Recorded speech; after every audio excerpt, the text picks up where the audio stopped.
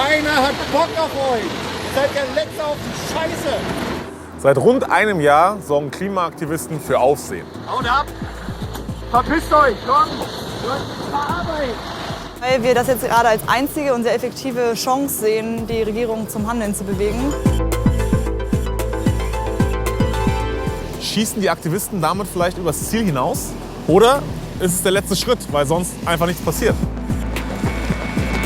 Es sind Störenfriede, Unruhestifter, es sind tatsächlich Kriminelle. Sie müssen halt irgendwas machen, um auf sich aufmerksam zu machen. Kriminell, meine Güte, da gibt es andere, die kriminell sind, ja. Darf man Gesetze brechen, wenn es einem höheren Zweck dient?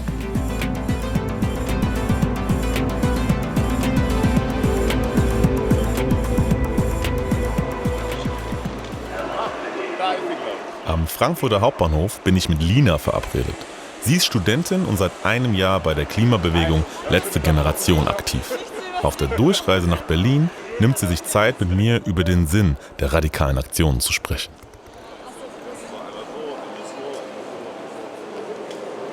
Wir haben uns mit voll mit der Faust begrüßt. Ja. Kann ich mal deine Hände sehen? Ja, Aber denen geht's gut. Denen geht's noch gut. Denen geht's gut. Denen Wir haben geht's jetzt noch eine gut. Pause gehabt Ja? und jetzt sind sie wieder bereit. Okay, jetzt sind Ja. wir bereit. Wann hast du dich denn das letzte Mal festgeklebt? Vor 2 Wochen ungefähr. Genau. Ach doch. Ja, Okay. deswegen hatten wir genug Zeit zu verheilen. Wie fühlt sich das denn an, wenn der Kleber gelöst wird? Du hast gemeint, die Polizei geht auch sehr behutsam vor. Wie kann ich mir das vorstellen? Also wenn man auf der Straße sitzt, dann kommt sie meistens mit Öl und einem Spachtel und löst die Hand halt ab. Je nachdem, wie viel Zeit sie sich nehmen, ist es schmerzhaft oder nicht. Und ja, hat man halt die ganzen Klebereste an der Hand und das war es dann eigentlich auch schon. Sag mal, es ist nicht so warm. Muss man sich doch vorbereiten, wenn man sich quasi an die Straße klebt? Weil kann mir vorstellen, dass es nicht so einfach ist bei den Temperaturen. Ja, es ist sehr unangenehm. Das wissen wir auch. Und klar versucht man sich dick einzupacken, weil man ja auch lange auf der Straße dann am Ende sitzt. Es wird sehr kalt werden. Es macht uns keinen Spaß. Also es ist wirklich richtig unangenehm. Wir würden es am liebsten nicht tun. Okay, und warum tut ihr es dann doch? Weil wir das jetzt gerade als einzige und sehr effektive Chance sehen, die Regierung zum Handeln zu bewegen mit diesen Blockaden. Wir tragen den Protest in die Mitte der Gesellschaft und alle müssen sich jetzt positionieren. Wie wollen wir jetzt weitergehen? Wollen wir auf eine lebenswerte Zukunft steuern und die Regierung zum Handeln bewegen? Oder wollen wir weiterhin einfach weggucken und resignieren und das ignorieren und verdrängen? Ihr seht das als den letzten Ausweg, aufmerksam auf eure Mission zu machen? Wir haben ja gesehen, dass mit Fridays for Future 1,4 Millionen Menschen auf den Straßen waren und friedlich demonstriert haben. Wir haben nur gesehen, dass Schilder hochhalten oder Petitionen unterschreiben leider nicht den nötigen Erfolg gebracht haben. Sie haben nicht den Wandel in der Politik gebracht, dass diese jetzt alles daran setzt, uns auf einen Kurs zu bringen, in dem wir halt eine Chance auf Überleben haben als Gesellschaft, die die Demokratie und unsere Lebensgrundlagen schützt. Und das ist friedlicher ziviler Widerstand ist ein geeignetes Mittel der Wahl, wenn die Zeit richtig dringt und wir einen riesigen moralischen Konflikt haben. Und das haben wir gerade. Wir haben die größte Menschheitskrise. Und mit friedlichem zivilen Widerstand Druck auf die Politik auszuüben, ist ein bewährtes Mittel, was man historisch auch belegt sehen kann. Was ist denn so die härteste Aktion, die du mitbekommen hast, wie Leute auf euch reagiert haben? Ich habe schon mitbekommen, wie Leute uns angespuckt haben. Angespuckt? Ja. Das Ding ist halt, wir wollen keinen Streit mit der Bevölkerung. Wir wissen, dass es unangenehm für die Bevölkerung ist, wenn sie da im Stau steht. Und es tut uns auch ehrlich leid. Also wir wollen das auch nicht. Die Leute im Stau wollen das nicht. Niemand will das. Niemand möchte aber auch weiterhin die CO2-Emissionen steigen lassen. Wir wollen alle auf eine lebenswerte Zukunft hinsteuern. So, wir befinden uns gerade in einer Situation, wie es weitergeht und alle wollen das nicht. Und wir können auch nicht mehr so weitergehen. Und deswegen nimmt man das in dem Fall in Kauf, weil das, was uns erwartet und auf das, was wir gerade zusteuern, das wird um einiges härter und hässlicher für alle Leute. Wofür macht ihr das Ganze denn? Wenn jetzt Tempolimit 100 irgendwann kommen sollte und ein 9-Euro-Ticket, was wir jetzt gesehen haben, es kommt ein 49-Euro-Ticket, aber wenn es kommen sollte, ist dann fertig? Also seid ihr dann durch mit eurer Mission? Also wir werden unsere Blockaden und unsere Protestform auf jeden Fall sofort unterbrechen, sobald die Regierung diese einfachsten Maßnahmen ergreift, wie zum Beispiel das 9-Euro-Ticket oder dieses 100 km/h Stundenkilometer auf deutschen Autobahnen. Wir werden sofort unterbrechen, weil das sind ja auch unsere Forderungen. Das sind die ersten einfachsten Maßnahmen, mit denen die Regierung zeigen kann, wir setzen uns jetzt dafür ein, dass wir unsere Lebensgrundlagen beschützen und dass wir diese Transformation einleiten. Gut, dann vielen Dank schon mal. Wir sprechen nachher noch mal weiter. Ich würde mich jetzt noch mal mit einem Menschen unterhalten, der tatsächlich auf der anderen Seite steht, der das nämlich überhaupt nicht gut findet, was ihr da alles macht. Ja. Und vielen Dank schon mal und wir sehen uns später noch mal. Ciao. Für mich klingen die Motive von Lina und ihren MitstreiterInnen ja nachvollziehbar. Aber ich habe den Eindruck, dass es aktuell weniger darum geht, die Klimakatastrophe zu stoppen, sondern die AktivistInnen. So mancher fordert saftige Geldstrafen oder würde die AktivistInnen gleich einsperren, bevor sie etwas anstellen können. Als präventive Maßnahme sozusagen. Auf der anderen Seite, in den Straßenverkehr eingreifen ist halt auch nicht ohne. Was da alles passieren kann. Ob das die harte Reaktion dieses Polizeibeamten rechtfertigt? So, ab hinter die Leitplanke, ansonsten gibt's was. Muss man das als Polizist nicht aushalten können? Will ich von Alexander Glunz wissen. Er ist landespolitischer Sprecher der Deutschen Polizeigewerkschaft in Hessen. Ich habe mir gerade ein Video angeschaut und da macht es den Anschein, als ob der ein oder andere Kollege schon gehörig die Schnauze voll hat von den Protestaktionen. Das ist auch richtig so. Denn die Polizei hat eigentlich Besseres zu tun, als Leute, die sich auf Straßen festkleben, dort wieder zu befreien, beziehungsweise deren Klebereste zu entfernen. Sinn und Zweck polizeilicher Aufgabe ist es nicht, die politischen Probleme von Menschen, die meinen, sich nicht anders positionieren und durchsetzen zu können, dort zu retten. Also wenn man keine Lust hat auf das, was man macht, rechtfertigt es dann die Herangehensweise an die Aufgabe? Naja, ein Polizeibeamter ist meistens Polizeibeamter geworden, um die Rechte anderer zu schützen, um für Sicherheit zu sorgen, um für Gerechtigkeit zu sorgen. Die Menschen, die sich auf der Straße festkleben, sind für mich auch keine Aktivisten, sondern das sind Personen, die stören. Es sind Störenfriede, Unruhestifter, es sind tatsächlich Kriminelle. Die versuchen tatsächlich, ihren politischen Ansatz mit Gewalt durchzusetzen. Denn Sie müssen sich ja vorstellen, wenn sich jemand auf der Straße festklebt, hat das ja nicht nur zur Folge, dass das Auto in der ersten Reihe halten muss. Es geht ja noch viel, viel weiter. Da sind Menschen, es sind Ärzte, die zu Patienten wollen, Krankenschwestern, die zum Dienst müssen, der Lokführer, der seinen Zug erreichen muss, um nicht in ganz Deutschland dafür Sorge zu tragen, dass der Zugverkehr in Chaos gerät. Aber es ist ja nicht die Aufgabe der Polizei, dafür zu sorgen, dass der Lokführer pünktlich zu seinem Job kommt. Es ist aber diese Aufgabe der Polizei, dafür zu sorgen, dass jeder zu seinem Recht kommt. Und jeder hat das Recht, nach Artikel 2 unseres Grundgesetzes, der freien Entfaltung der Persönlichkeit. Dazu zählt auch die Bewegungsfreiheit. Jeder Deutsche hat das Recht, sich friedlich und ohne Waffen zu versammeln. Aber es fehlt ja schon an der Friedlichkeit.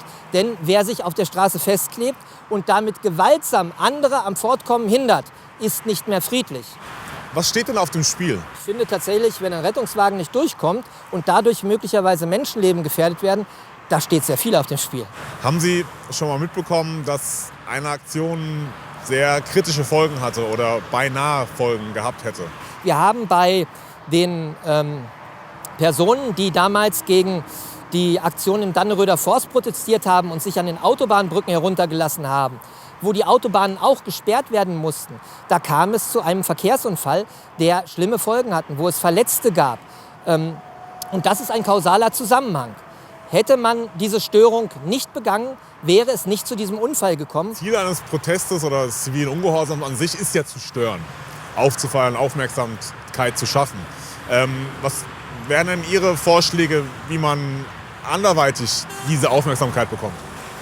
Also das Wort ziviler Ungehorsam ist schon mal eins, den es eigentlich so gar nicht gibt. Denn wir leben in einem Rechtsstaat, in einer Rechtsordnung, wo wir uns alle zu verpflichtet sehen müssen, Vorschriften zu befolgen, ob sie uns gefallen oder nicht. Die Mehrheit hat dafür entschieden, das ist Sinn und Zweck einer Demokratie. Und wenn wir uns bei der einen oder anderen Vorschrift sagen, die sehen wir nicht ein, gibt es Gerichte, die im Zweifelsfall das letzte Wort haben und entscheiden, was Recht ist und was nicht. In der Regel akzeptieren die Aktivisten ja aber auch ihre Strafe, die sie dafür bekommen, für das, was sie machen. Ja, aber es kann doch nicht angehen, dass ich eine Straftat, also etwas, was ganz klar verboten ist, begehe und dann sage, ja, ich nehme die Strafe aber in Kauf. Wir haben in unserem Rechtssystem gelernt, dass man Gewalt nicht als Mittel der politischen Auseinandersetzung nutzt, sondern wir setzen uns mit Argumenten auseinander. Und das können die Aktivisten auch tun. Sie können sich politisch betätigen, sie können wählen, Sie können eigene Parteien gründen und Sie können auch Ihre Mandatsträger entsprechend briefen. Sie können sich ja auch vor das Bundeswirtschaftsministerium kleben. Die Aktivisten argumentieren ja damit, dass sie diese von Ihnen genannten Aktionen schon gemacht haben, aber es hat keine Wirkung gezeigt. Und das ist quasi jetzt Ihre Maßnahme, um sich mehr Gehör zu verschaffen, um das Thema in die Gesellschaft zu tragen. Wir haben auch Sitzblockaden gehabt, schon vor Jahrzehnten, als es um das Thema Abrüstung ging. Diese Sitzblockaden haben auch nicht dazu geführt, dass plötzlich eine atomwaffenfreie Welt entstanden ist. Es zeigt eigentlich, dass solche Blockaden nicht ein politisches Mittel sind, um sich auseinanderzusetzen. Apropos frühere Sitzblockaden. Auch da gab es schon eine Grenzüberschreitung. Und die Frage ist, braucht es immer eine Grenzüberschreitung, damit uns gewisse Dinge ins Bewusstsein rücken? 1980 besetzten AtomkraftgegnerInnen ein mögliches Atommüllendlager im niedersächsischen Gorleben. Damals eine neue Form des Protests. Die Behörden wollen räumen, doch es gibt auch Unterstützung. Wer hier rangeht und versucht, Polizei herzuschicken, der stört dies. Und ich finde, das soll nicht gestört werden. Das muss unsere Gesellschaft ertragen können. Und das soll sie auch ertragen. Doch sie erträgt es nicht. Nach 4 Wochen wird geräumt, mit Gewalt auf beiden Seiten. Die Anti-Atomkraftbewegung in Deutschland hat damals wenig gesellschaftlichen Zuspruch. Das ändert sich in den folgenden Jahrzehnten, bis zum endgültigen Beschluss des deutschen Atomausstiegs im Jahr 2011. Konfliktforscher Felix Anderl sagt, nicht nur das Ziel der Anti-Atomkraftbewegung ist heute akzeptierter, sondern auch ihre Protestform. Aus heutiger Sicht wirken die legitim für die große Mehrheit der Bevölkerung, aber zum Zeit des Protests waren die auch sehr umstritten. Das heißt, es verändert sich auch über Zeit, wie Mehrheiten in der Gesellschaft Proteste wahrnehmen, und im Nachhinein werden sie oft als legitimer wahrgenommen als zum Zeitpunkt des Protestes selbst. Die Gewalt bei den Protesten gegen ein Atommüllendlager in Gorleben bleibt. Besonders bei den Castor-Transporten in den 1990er und frühen 2000er Jahren. Sie bringt Aufmerksamkeit. Genau wie die illegalen Blockaden der KohlegegnerInnen in den Braunkohleabbaugebieten. Sie stören den Alltag, übertreten gesellschaftliche Grenzen und rütteln dadurch auf. Für die Protestforschung Ziel eines jeden Protests, was aber nicht heißt, dass alles geht. Grenzüberschreitungen sind auf jeden Fall nötig. Die Frage ist, wie weit überschreiten wir die Grenze? Und da gibt es unterschiedliche Einschätzungen. Aber einen Konsens gibt es darüber, dass ohne Grenzüberschreitung sich überhaupt nichts verändert. Das ist das Wesen von politischem Protest. Und da muss eine Bewegung ganz vorsichtig sein, wie weit gehen wir, um unsere Allianzpartner nicht zu vergrätzen. Wie passiert etwa durch die Protestattacken in Museen auf große Maler bei den Aktionen der letzten Generation. Menschen hungern, Menschen frieren, Menschen sterben. Wir sind in einer Klimakatastrophe. Und alles, wovor ihr Angst habt, sind Tomatensuppe oder Kartoffelbrei in einem Gemälde. Die soziale Bewegung versucht nicht, Mehrheiten zu verändern. Die soziale Bewegung hat eine andere Funktion. Sie ist keine Partei. Sie ist nicht darauf angewiesen, von der Mehrheit gewählt zu werden, sondern sie gibt Anstöße, sie provoziert und sie verschiebt Diskurs in eine spezifische Richtung. Auch die friedlichen Demonstrationen von Fridays for Future standen anfangs in der Kritik, wegen ihres wöchentlichen Schulstreiks. Mittlerweile aber hat die Bewegung das Thema Klimaschutz breiter in Gesellschaft und Politik getragen.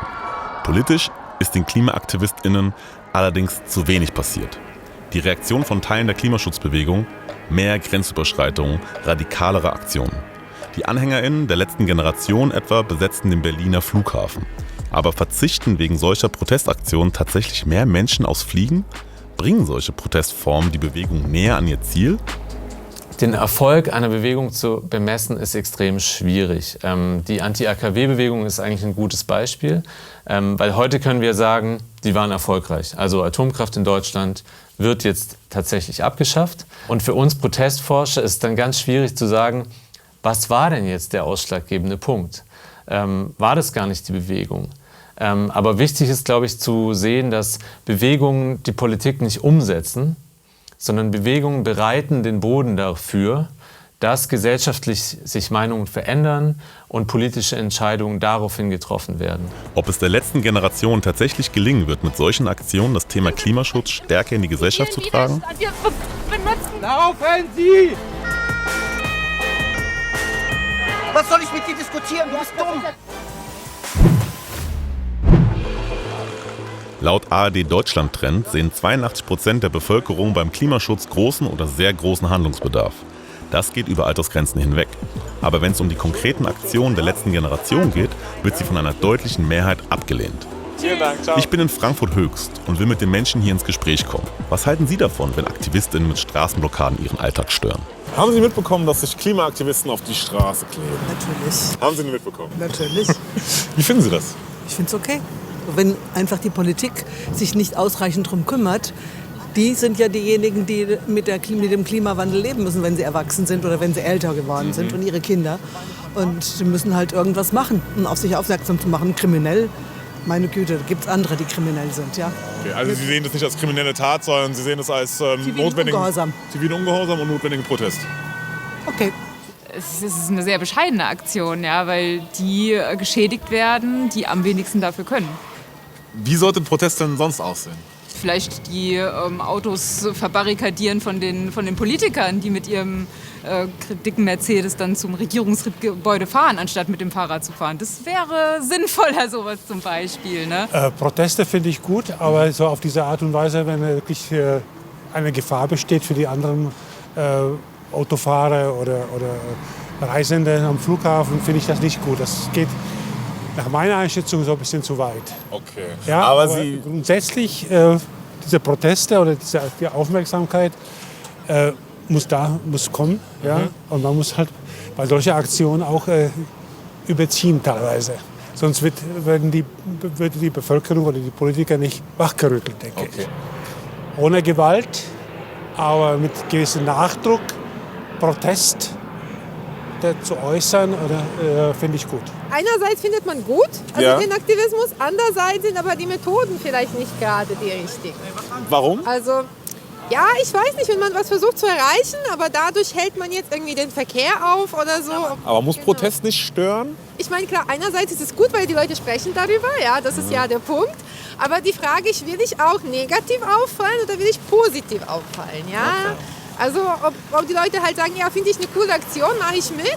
Oder, boah, jetzt habe ich heute wieder, keine Ahnung, 2 Stunden lang auf der Autobahn gewartet, bis sie die sozusagen wieder vom Boden halt gelöst haben. Ja. Ja, also ist dann halt was müsste passieren, dass Sie sich fürs Klima einsetzen? Klar, also man muss da halt nochmal, das Bewusstsein musste da, glaube ich, nochmal stärker irgendwie bei den Leuten geweckt sein oder ankommen. Ja. Vielleicht, indem man sich auf die Straße klebt? Ja, stimmt eigentlich auch. Wie finde ich das? Eindrucksvoll, ehrlich gesagt. Also ich finde es super wichtig, weil ich da auch das Gefühl habe, wir tun viel zu wenig fürs Klima. Und so ein Zeichen zu machen, ich habe mich immer gefragt, wie man das wieder abkriegt. Dass Sie so ein paar Gesetze übertreten quasi, das stört Sie nicht? Nein. Also ich finde, sie tun ja niemandem großartig Gewalt an. Ne? Also es ist ja eher, dass sie sich selber auch verletzlich machen oder zeigen. Also selbst festkleben. Ich meine, es ist jetzt nicht so angenehm, ne? Aber Straßen blockieren finde ich okay. Offensichtlich ist, dass die Aktionen polarisieren. Die einen finden es gut und wichtig und die anderen sagen, das ist Quatsch. Die sollen doch lieber diejenigen stören, die auch was zu sagen haben. Aber anscheinend geht es allen Protestierenden so. Wir haben jemanden besucht, der früher in den 80er Jahren gegen den Ausbau des Frankfurter Flughafens demonstriert hat. Und mal schauen, was so ein alter Haudegen zu den Aktionen heute sagt.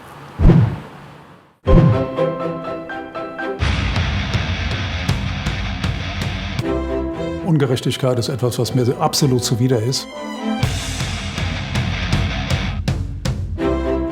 Mir ist auch sehr zuwider, wenn sich Leute einfach freiwillig unterwerfen.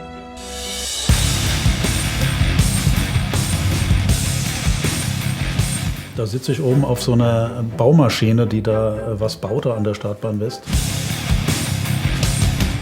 Natürlich war das illegal. Damals ging es um den Frankfurter Flughafen, gegen den Neubau der 4 Kilometer langen Startbahn West. Viele Tage und Wochen verbrachte Michael Wilk im Walldorfer Wald. Er war damals so alt wie die UmweltaktivistInnen heute. Ich kann gut verstehen, dass die jungen Menschen, die heute aktiv sind und in Sachen Klima zum Beispiel unterwegs sind, dass die auch eine harte Auseinandersetzung aushalten müssen. Aber ich würde mich selber nicht ankleben. Ich denke, direkte Aktionen, auch mit Überschreitung des Legalen, sind notwendig.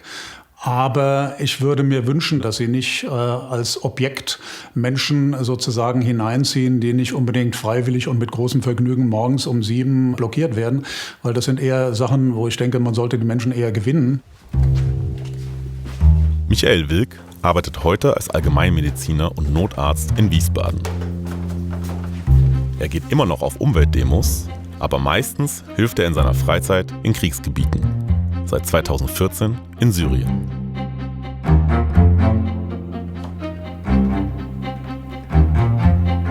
Das bin ich. Mitte 20. Und lauter so Sachen. Augenblick. Bitte nicht nachmachen, wenn man keine Ahnung hat, weil sonst fällt man da tot vom Mast. Wenn du dich gesellschaftlich engagierst und dich vor allem in einem Graubereich bewegst, wo nicht immer alles legal, sondern legitim ist, ja, dann gerätst du natürlich auch irgendwann in Konflikt mit gesetzlichen Vorgaben.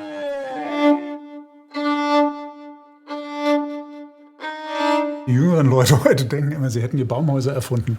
Haben sie nicht. Baumhäuser gibt es schon viel, viel länger. Viele Protestformen werden sehr schnell illegalisiert oder kriminalisiert. Also insofern sind alle Menschen tunlichst gut beraten, damit den Legalitätsbegriff oder den Illegalitätsbegriff kritisch unter die Lupe zu nehmen. Viele Sachen, die für mich völlig unmöglich sind oder inhuman, sind legal. Es ist ja auch im Rahmen von Gesetzen legal, Menschen im Mittelmeer ertrinken zu lassen, weil man meint, die Grenzen schützen zu müssen. Also es passieren Horrorangelegenheiten und ökologische Katastrophen und menschliche, soziale Katastrophen, die sich alle im legalen Bereich vollziehen. Was sind dann seine Schlussfolgerungen daraus für die Aktionen der letzten Generation, die eventuell legitim, aber illegal sind? Die Aktionen sollten so sein, dass wenn Menschen das wahrnehmen, dass sie sagen, super, diese Leute haben recht, ich will eigentlich auch sowas machen, ich will mitmachen. Ja, und ich denke, dazu gehört ein gewisses taktisches, strategisches und auch gefühlsmäßiges Feingefühl. Ja, und da mangelt es manchmal ein bisschen, aber die Motivation, wie gesagt, kann ich gut verstehen.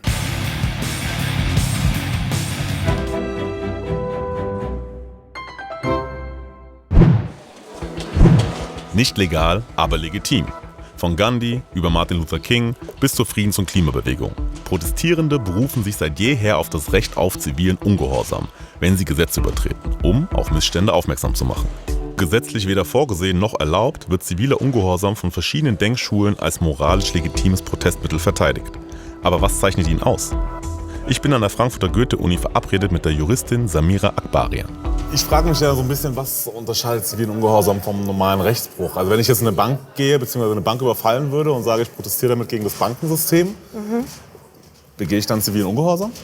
Mit dem Bankenbeispiel, also in bestimmten Situationen könnte das vielleicht sogar auch als ziviler Ungehorsam laufen. Aber nicht, wenn ein erheblicher Schaden zum Beispiel entsteht oder wenn ich es mache, nur um meinen eigenen Nutzen zu erhöhen. Wollen Sie vielleicht nur auf etwas aufmerksam machen und eben kein Geld entwenden. Wenn Sie Geld entwenden, dann würde ich sagen, haben wir schon auch wahrscheinlich eher eine Straftat, die den Rahmen zivilen Ungehorsams schon übersteigt, ja. Okay. Aber was zeichnet zivilen Ungehorsam konkret aus? Die Aktion muss verhältnismäßig sein, sie muss öffentlich sein, ich muss die Strafe akzeptieren, ich muss mit den Behörden zusammenarbeiten. Und manche sagen auch, dass es ein symbolischer Akt sein muss und dass er nicht gewalttätig ablaufen kann.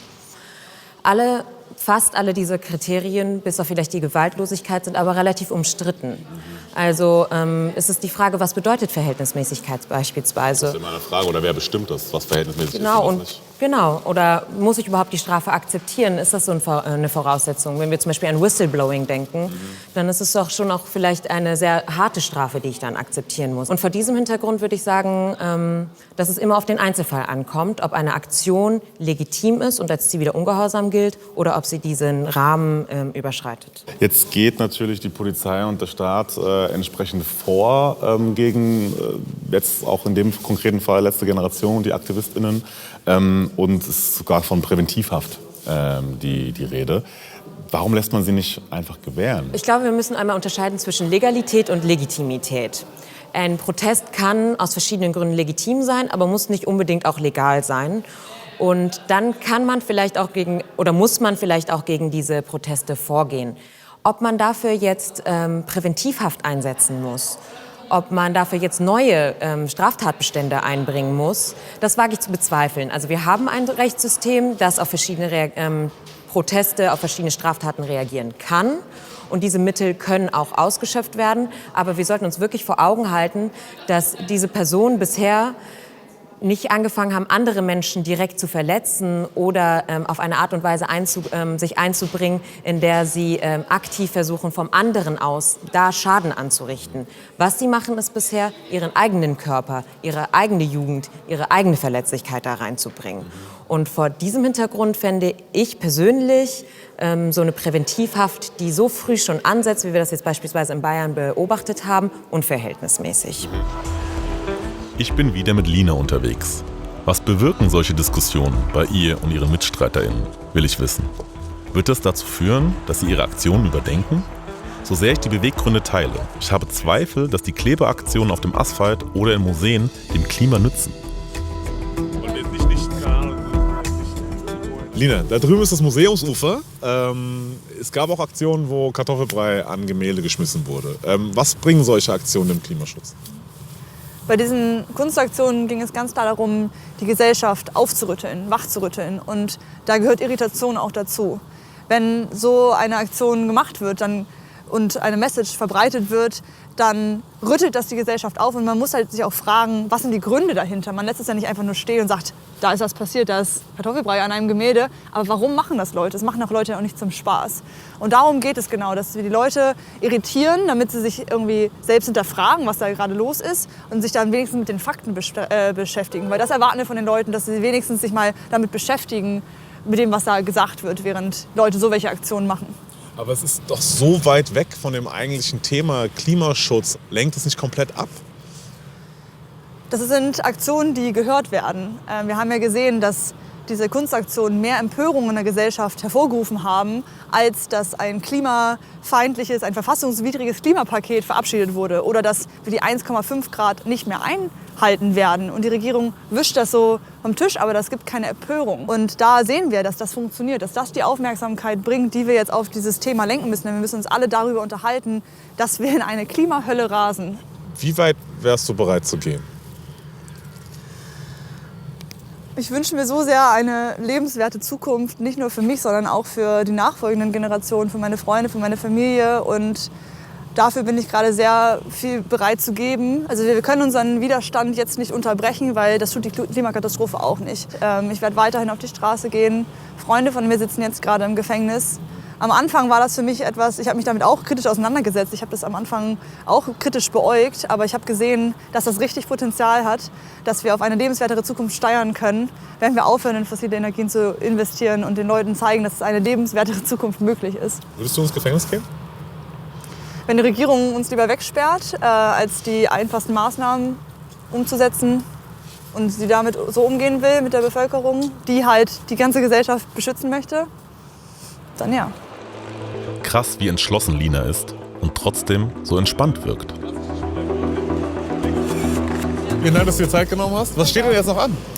Also ich fahre jetzt erstmal nach Berlin und dann sind weitere Aktionen geplant. Okay. Und dann geht's wieder auf die Straße. Ich bin gespannt, wie es weitergeht. Die Klimadiskussion nimmt ja jetzt erst richtig Fahrt auf.